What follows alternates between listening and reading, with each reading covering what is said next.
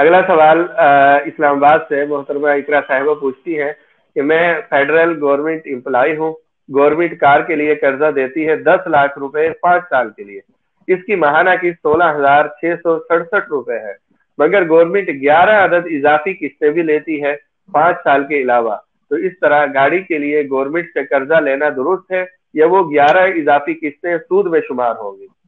سود میں شمار ہوں گی، ظاہر ہے سودی قرضہ ہے تو سودی قرضہ لینا دینا تو جائز نہیں ہے۔ اگر سود کے بغیر حکومت تعاون کرتی ہے تو اس کو وصول کرنا، اس کو اختیار کرنا جائز ہوگا، اور اگر سود کے بغیر وہ اس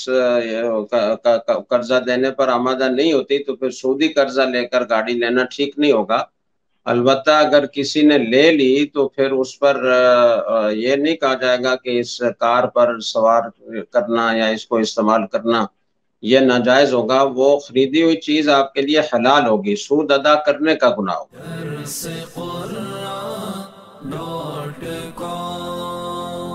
www.darsequran.com